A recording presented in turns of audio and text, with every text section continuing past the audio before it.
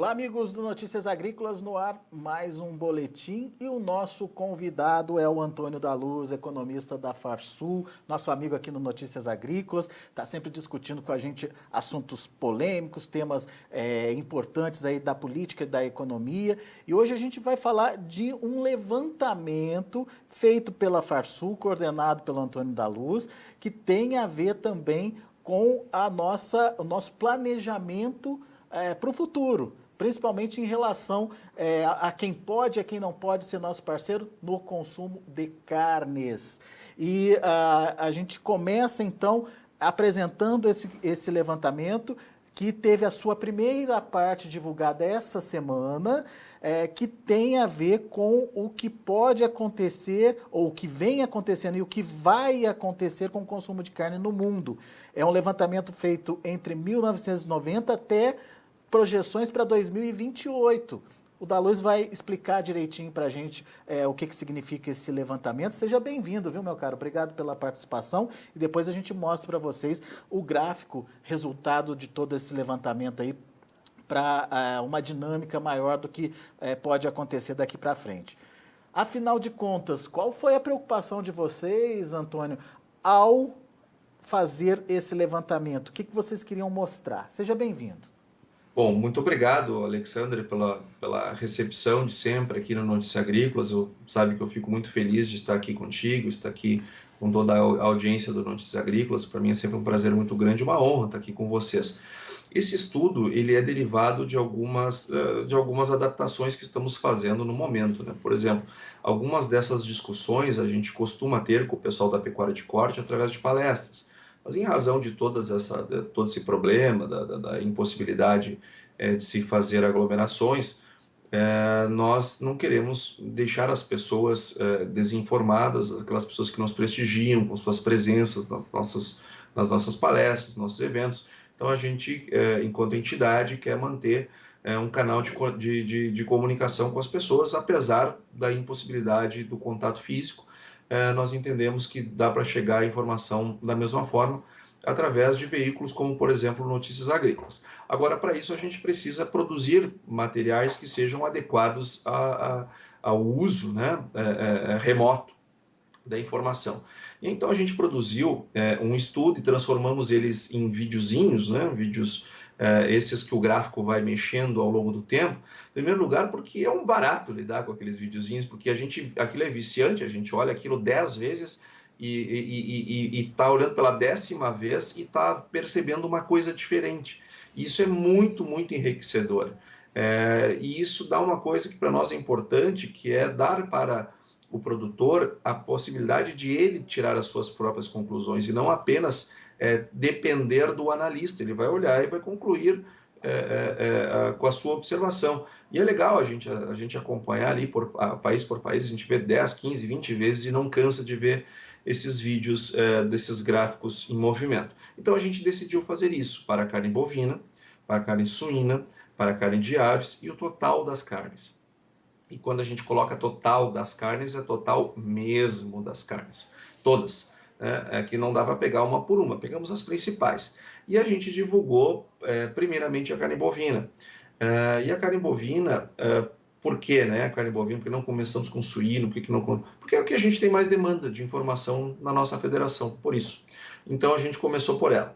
E a carne bovina, ela traz para nós algumas informações muito, muito ricas e que geram um debate que nos convida, Alexander, não só nós como entidade, mas convida governo, convida os indivíduos, os produtores enquanto indivíduos, cada um, ou nas suas próprias associações, seja no lugar que for no Brasil, a refletir, a pensar, a planejar, a ter estratégias. Porque quando eu estou olhando um movimento do consumo per capita de carne bovina em mutação ao longo do tempo, eu saio da observação do que eu acho hoje, do que eu estou olhando agora, e quando eu olho a série de tempo e olho para a projeção ainda até 2028, que é o que a OCDE nos permite ter, nós começamos a perceber muitas coisas que, olhando só aquele instante do hoje, eu não consigo. Quando eu olho a coisa de um ponto de vista dinâmico, eu consigo perceber as mudanças ao longo do tempo. E isso facilita o raciocínio das estratégias e planejamentos de longo prazo. Então, a gente ficou muito motivado a fazer esse estudo, porque a gente sabe que isto traz uma reflexão rica para as estratégias que nós estamos tendo. E aí eu vou começar então a dizer as coisas que nós percebemos, tá? O que não invalida a percepção das outras pessoas, mas o que nós percebemos? Coisa número 1, tivemos lá no final do ano passado um debate muito forte sobre as exportações de carne bovina. Os produtores vão lembrar que tivemos o dedo apontado para a nossa cara, né? Ah, você está exportando da China e está voltando carne aqui, né? E isso chateia a gente, nos chateia ouvir isso, porque quando as pessoas alegam que o preço estourou para o consumidor porque a gente está exportando para a China, parece que nós estamos sacaneando alguém, né? E não é nada disso. Não é nada disso. Quando a pessoa olha só aquele instante, ela está esquecendo que no ano, há meses antes daquilo, o produtor estava tendo prejuízo. Um ano antes daquilo, o produtor estava tendo prejuízo. 2 anos daquilo, o produtor estava tendo prejuízo. 3 anos, o produtor estava tendo prejuízo. 3 anos consecutivos de prejuízo. Quando o pecuarista começa a ter prejuízo atrás de prejuízo, o que ele vai fazer? Ele vai diminuir sua oferta. Ele vai diminuir sua produção. Aí abre uma janela para a China, é lógico que vai ter um desencaixe temporário, porque eu estou juntando menor produção entre safra e habilitação de novas plantas. É evidente que dá um desencaixe temporário. Agora, isso poderia ter sido minimizado, ou quem sabe nem percebido, se nós, ao invés de estarmos tendo prejuízo, estivéssemos tendo lucro, porque aí nós produzimos mais. E quanto mais a gente produz, maior é a disponibilidade interna que nós temos. Agora, para a gente produzir mais, a gente tem que reverter uma situação de prejuízo para lucro. E como é que eu faço isso? Aumentando exportações. Então, quanto mais eu aumento exportações, mais eu produzo. E quanto mais eu produzir, maior a disponibilidade interna. Porque é mais fácil eu vender para uma pessoa que está no meu país, no meu estado, no meu município, do que alguém que está do outro lado do planeta. Nós percebemos nesse estudo também que os maiores consumidores de carne bovina são também os maiores produtores. Quem são os maiores consumidores? Argentina, maior consumidor per capita, não é consumidor de maneira absoluta, é de maneira relativa, per capita. A Argentina é o maior consumidor per capita. Estados Unidos, segundo, Brasil, o terceiro. Estamos olhando para os dados que tínhamos e que temos projeção até 2028. Se vocês perceberem, vão ver que, por exemplo, que o Uruguai não está no nosso estudo. Não está. Por quê? Porque ele não tem os dados de projeção, então nós tiramos ele fora. Mas não significa que ele não seja importante. Outros países também são importantes, mas a gente não tem como elencar 200 num gráfico, a gente tem que botar 10, 15.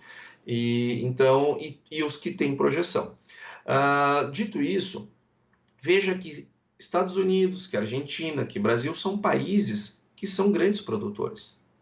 Ou seja, eu só consumo carne bovina em grandes quantidades, acima de 20 quilos por pessoa, se eu produzir carne.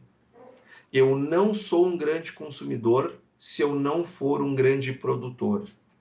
Então, consumidor brasileiro, se você quer continuar sentando numa churrascaria, espeto corrido e comendo carne até não aguentar mais, torça para e incentive e encoraje e apoie os produtores para que eles produzam cada vez mais.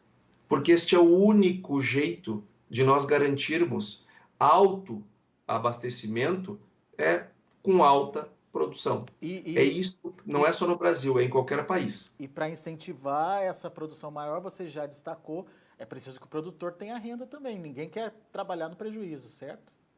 Com certeza. Nós sabemos que todos nós, às vezes, como uma vez uma pessoa me interpelou num debate, tu sabes quanto custa um quilo da picanha? Eu disse, mas é lógico.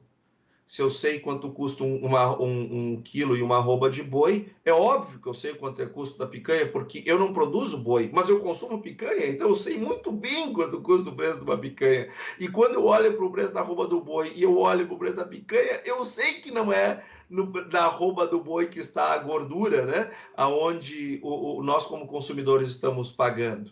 Então, alto lá com esses argumentos. O produtor, se não tiver renda, ele vai diminuir sistematicamente a sua produção e isto vai ocasionar menor disponibilidade interna. Então, quer ter churrasco todo final de semana, quer comer carne bovina toda semana, privilégio que pouquíssimos países do mundo têm, porque carne bovina é a melhor carne que tem, todo mundo sabe, e os países só não comem mais de carne bovina, porque é impossível produzir muito mais do que a gente produz nas condições de hoje. Então, aos preços que temos hoje, por exemplo. Então, se a gente quer consumir carne bovina nas quantidades que a gente consome, nós brasileiros consumimos bem mais que os europeus, per capita, bem mais. Eles queriam consumir o que a gente consome, mas não conseguem por causa do preço. Se a gente quer consumir mais carne bovina, nós precisamos que os produtores produzam mais carne bovina. E eles só vão produzir mais carne bovina se tiverem lucro. E eles só vão ter lucro se exportarem. Ou seja, dá para produzir para fora e para dentro, desde que seja lucrativo. Achar que vai produzir só para dentro não vai funcionar. Então, esse é um dos grandes ensinamentos que este estudo nos mostra. Ô, Antônio, essa é a primeira grande conclusão aí do estudo. Eu queria passar o gráfico, antes da gente seguir com as próximas conclusões aí do estudo, para deixar mais claro para as pessoas que estão ouvindo a gente, para elas poderem entender a sequência do raciocínio. Pode ser? Claro. Vamos lá, então. Vamos mostrar o gráfico. E peraí, Renan, deixa ele paradinho. Tem como deixar ele paradinho? Começa lá em 1990, tá vendo? Ó, aqui, 1990, a gente tem a Argentina com consumo per capita de 55 quilos, pouco mais de 55 quilos por pessoa lá na Argentina.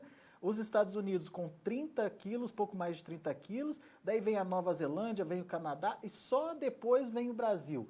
Mas todos eles com mais de 20 quilos aí consumidos. E eu vou pedir, em 1990. Isso em 1990. E eu vou pedir para vocês prestarem atenção, ó. China e Vietnã, no finalzinho aqui desses países elencados pela Farsul, a China com 600 gramas de consumo de carne e o Vietnã com quase 2 quilos, 1,7 kg aí. Agora, o que vai acontecer? Esse gráfico vai mudando, né, à medida que o tempo for passando e a gente vai chegar no final dessa evolução aí do gráfico, lá em 2028, que é a última projeção. Agora sim, então, a gente pode rodar o gráfico e ver o que acontece e como as coisas se distribuem aí ao longo do tempo. É interessante como o Brasil vai tomando novas posições, né, Daluz? É sim. E isso não é por acaso, né? E aí vem a segunda grande percepção que nós tiramos deste estudo, Alexander. E é algo que nós já discutimos também aqui no Notícias Agrícolas. Carne bovina, carnes de uma maneira geral, mas a carne bovina em particular, ela tem uma sensibilidade à renda muito grande. Então percebam, olhando no gráfico, que a Argentina diminui o consumo de carne bovina e o Brasil aumenta. Por quê? Porque a Argentina, desde os anos 90, vem trocando uma política econômica ruim por uma pior. Aí, quando a gente pensa que a Argentina não consegue mais fazer bobagem, ela vai lá e faz outra maior e assim ela vem fazendo, né? E a perspectiva, lógico, não é boa, porque eles elegeram um governo que, Deus que me perdoe, só pode fazer asneira porque eles são profissionais nisso, então especialistas. Eu tenho certeza que eles vão fazer muita bobagem ainda aí pela frente, por isso que as projeções apontam por uma redução do consumo de carne bovina. Com a economia não se brinca e não se pode ter... A economia ela não aceita uma dose maior de demagogia e populismo. Ela aceita até um certo ponto, depois ela não aceita mais. E a Argentina passou do ponto e aí está o resultado. Lembra que a gente Assim falou como que a Venezuela, etc. Argentina, lembra que a gente falou que a Argentina consumia mais de 50 quilos por habitante de carne bovina. E olha para 2028 aqui a conclusão, 38 quilos, pouco mais de 38 quilos. Uma queda significativa, né, Antônio? Isso é uma perda de bem-estar dos argentinos, consequência da economia deles. Já o Brasil, ele dá um salto no consumo per capita a partir do Plano Real, a partir da estabilidade econômica. No momento que a gente aumenta a estabilidade econômica, aliás, que a gente cria a estabilidade econômica e cria as bases para um crescimento econômico mais sustentado, e nós tivemos ali, na primeira década dos anos 2000, um crescimento realmente mais alto, porque nós estabilizamos a economia ali em 94, 95, depois vieram várias crises, crise dos tigres asiáticos, crise da Rússia, crise do petróleo, lá em 99 deixamos de ter câmbio fixo, enfim, porque senão o real ia implodir, e depois nós tivemos 10 anos virtuosos do ponto de vista do crescimento econômico. Não chegou nem a dar 10, tivemos ali em 2009 uma crise econômica, mas de qualquer forma, mundial, mas de qualquer forma tivemos um período de bom crescimento. Essa estabilidade econômica associada a esse crescimento que tivemos nessa primeira década, dos anos 2000, isso fez com que o consumo de carne bovina subisse bastante per capita. Agora, então, e os Estados Unidos, eles aumentaram muito o preço da carne bovina lá dentro, ficaram um padrão europeu de preços. Por isso que eles não cresceram, né? Até caem um pouco, mas é por conta do preço. Na Argentina não é por causa do preço, é por conta da crise, das crises econômicas que eles vêm vivendo. Então, a segunda coisa que a gente precisa prestar atenção nesse gráfico é o seguinte: países que a economia cresce, o consumo per capita cresce. Países que a economia decresce, o consumo decresce. Nós vimos isso, exemplos de economias que decresceram, mas também os que cresceram. Os países asiáticos, por exemplo, são economias que cresceram muito e, consequentemente, aumentaram muito o seu consumo. Então, economia interessa. Por isso que me preocupa essa recessão que vem aí, que aliás já está, né? Mas ela vai piorar muito, lamentavelmente. Essa recessão econômica, consequência do coronavírus, da pandemia.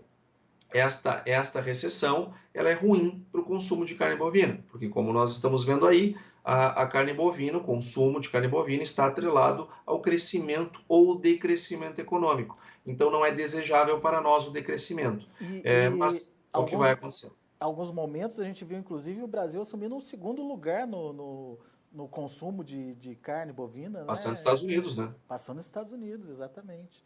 É verdade. Agora, essa sua preocupação, Antônio, ela é uma coisa que tende a afetar a produção brasileira, trazer consequências aí para a produção? Dá para imaginar o que pode acontecer ou é especulação ainda? É uma pergunta muito rica, Alexandre, e o que ela tem de rico, ela tem de difícil de responder. Eu não tenho dúvida que o consumo mundial de carne bovina vai cair com a recessão. Tá? Por quê? Porque a gente vem observando isso nos últimos 100 anos. Né? A economia e o consumo de carne estão altamente correlacionados e é assim mesmo. Agora, eu espero uma queda. No entanto, também espero que a necessidade de se reativar a economia vai manter as taxas de juros baixas por um longo período. E isso determina uma taxa de câmbio elevada para nós. Eu não estou dizendo que vai continuar subindo, não estou dizendo nem que sequer que vai continuar 5, mas estou dizendo que a tendência para os próximos anos, 1 ano, 2 anos, 3 anos, é que a taxa de câmbio se mantenha elevada em relação ao seu padrão histórico. Então, a carne brasileira se torna relativamente mais barata que a americana, que também são grandes exportadores, mais barata que a Austrália, que também são grandes exportadores, que são concorrentes importantes no mercado global. Então, com a nossa taxa de câmbio mais elevada, eu imagino que nós não vamos perceber essa queda.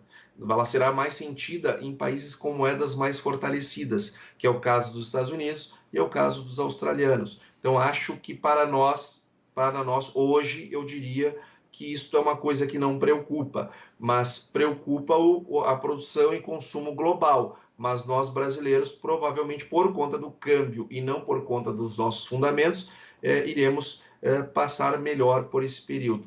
Isso leva, então, a gente a refletir sobre a terceira grande conclusão. Temos aí uma possibilidade de atender um mercado externo, em função da competitividade da nossa carne em relação aos demais países.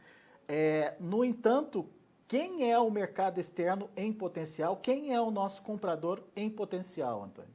Exatamente. Aí a gente vem com a terceira percepção, que para nós fica clara, assim como ficou para ti.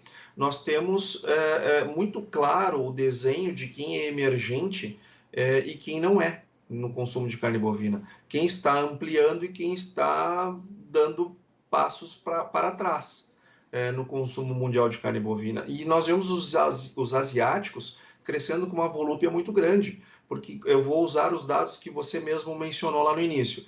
Os chineses consumiam 600 gramas, agora são 3,8 kg. Percebe que isso é 6 vezes mais? Percebe que eles cresceram em 30 anos 6 vezes o consumo per capita de carne bovina, e tudo na China tem que multiplicar por 1.200 que é a população deles. Então tudo fica muito grande. Então veja que se nos próximos 10 anos a gente dobrar, sai de 4 para 8. Olha o mega impacto que isso tem em termos de consumo global de carne bovina. Olha o impacto que isso causa na demanda por carne bovina no Brasil, por carne bovina brasileira. Olha o incentivo que isso pode trazer para a ampliação da pecuária brasileira. E mais, olha o quanto a gente percebe de solidez para as perspectivas de médio e longo prazo para a pecuária brasileira.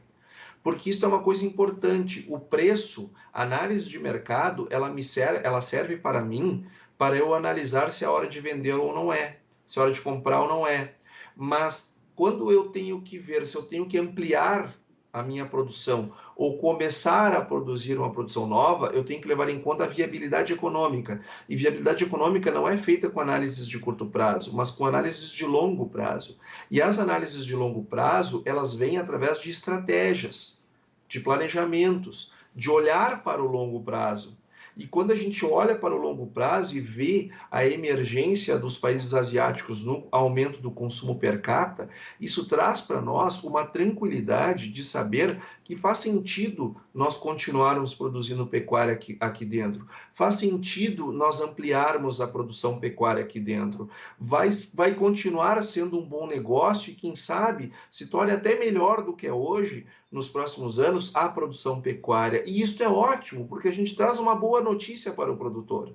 Agora, a gente tem que ter plano, a gente tem que ter estratégia. E aí vem o posicionamento que nós temos que ter perante aos mercados. Nós, por muito tempo, vangloriávamos a Europa como um grande mercado.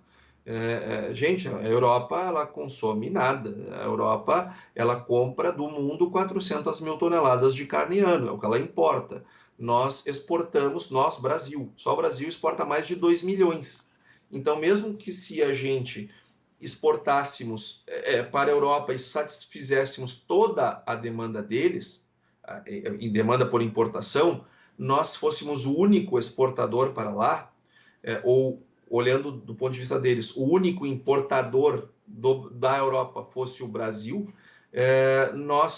aliás, o único país que eles teriam importações seria o Brasil, nós satisfaríamos as 400 mil toneladas dele e ainda teríamos 1,6 milhão para vender em outros países. Ou seja, a Europa não é lá que a gente tem que ter as estratégias, a gente tem que ter as estratégias voltadas para a Ásia. E nós precisamos criar canais de distribuição, canais de aproximação entre as empresas asiáticas e as empresas brasileiras, para que a gente venda carne bovina com a mesma facilidade e com a mesma instantaneidade que nós vendemos soja. E isso só se dá, isso só acontece quando nós temos uma relação entre os países bem estabelecida. E aí me preocupa um pouco alguns posicionamentos que nós adotamos em relação à China. E aí eu quero abrir um parênteses para dizer o seguinte: eu também estou muito incomodado com o vírus chinês, tá? Eu também estou incomodado com o vírus chinês. Eu também quero ter mais explicações sobre o Kung Flu, que é esse vírus chinês, né? Porque surgiu na China, todo mundo sabe. Eu também não estou satisfeito com as explicações que nós recebemos até agora.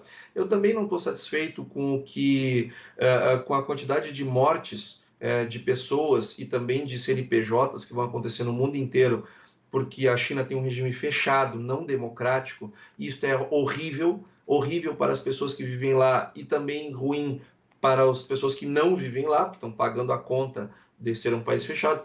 Tudo isso eu sei, tudo isso eu admito, tudo isso também me incomoda.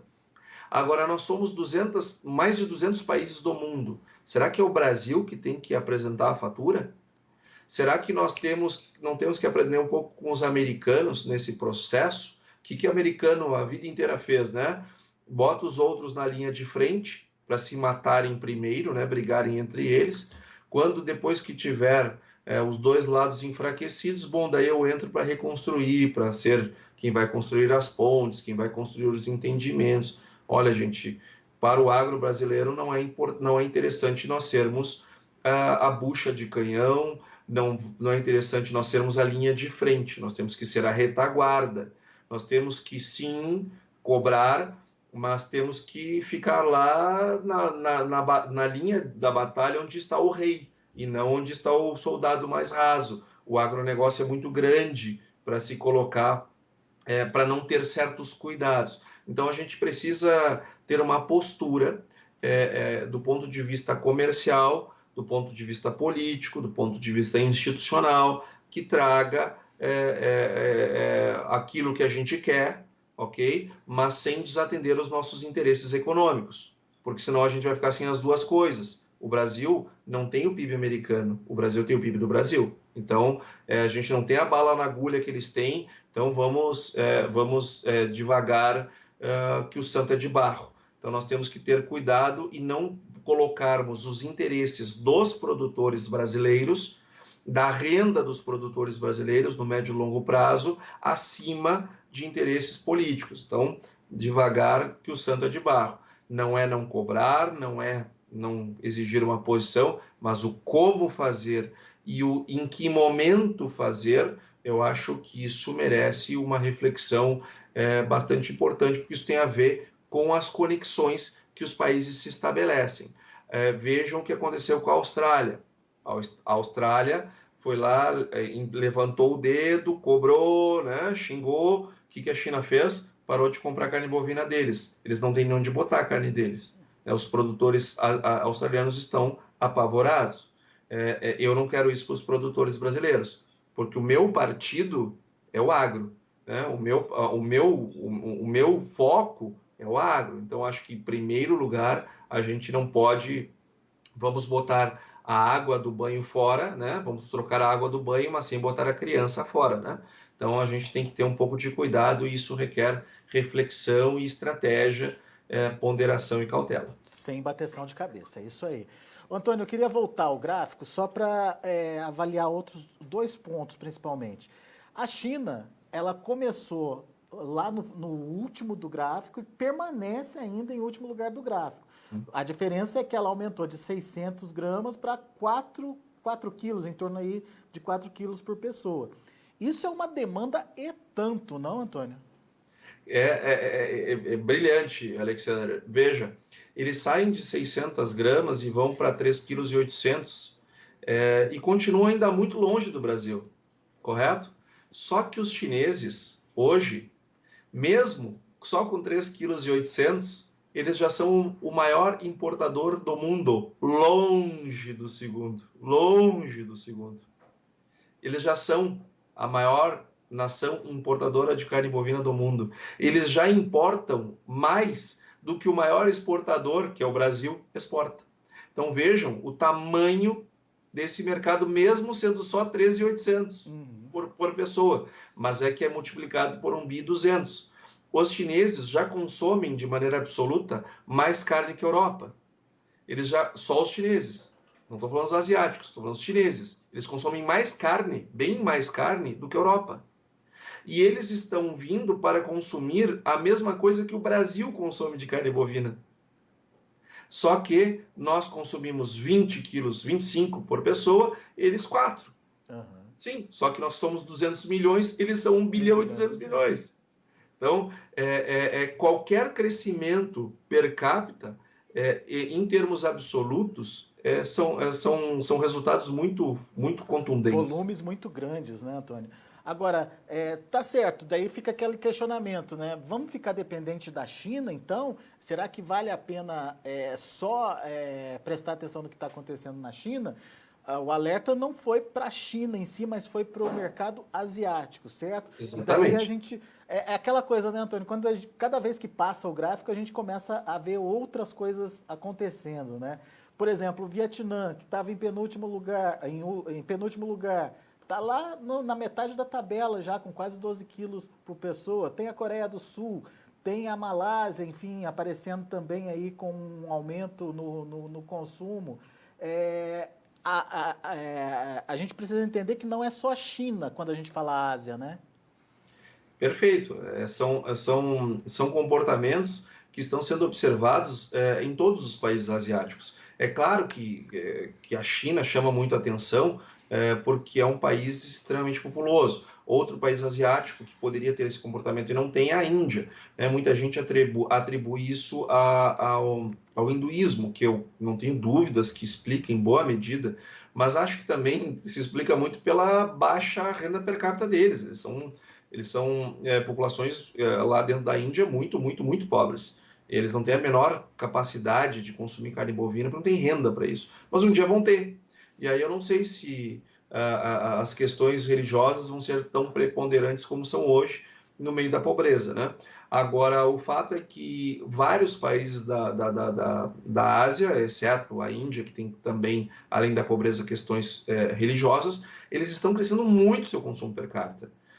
E outros países que nem estão nesse gráfico também multiplicam o seu consumo.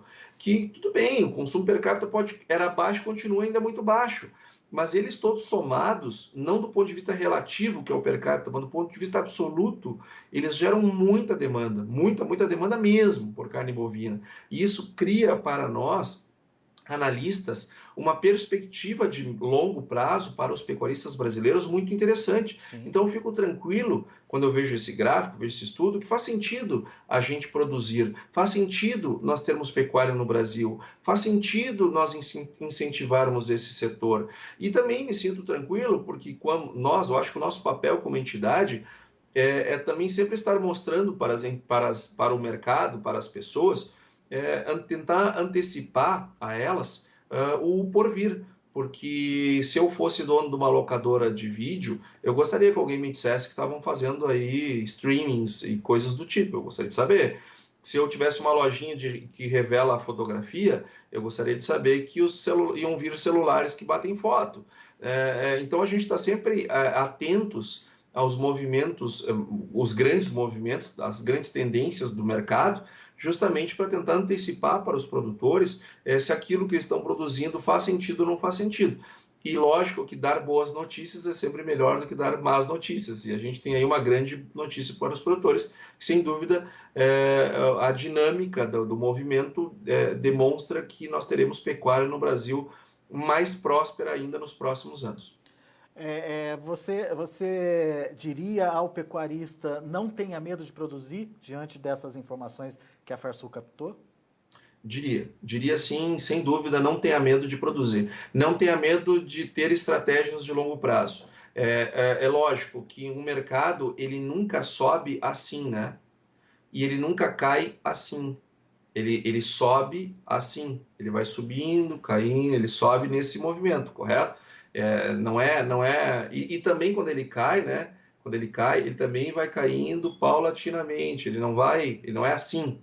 Então, em alguns momentos, é evidente que nós vamos ter momentos bons, momentos ruins, isso faz parte do mercado. Não estou dizendo que a partir de agora é um mar de rosas, que a gente não vai ter problemas pontuais que não tragam problemas aqui ou acolá, mas a tendência central ela é altamente positiva. E isso é o que mais importa quando a gente tem que tomar decisões de longo prazo.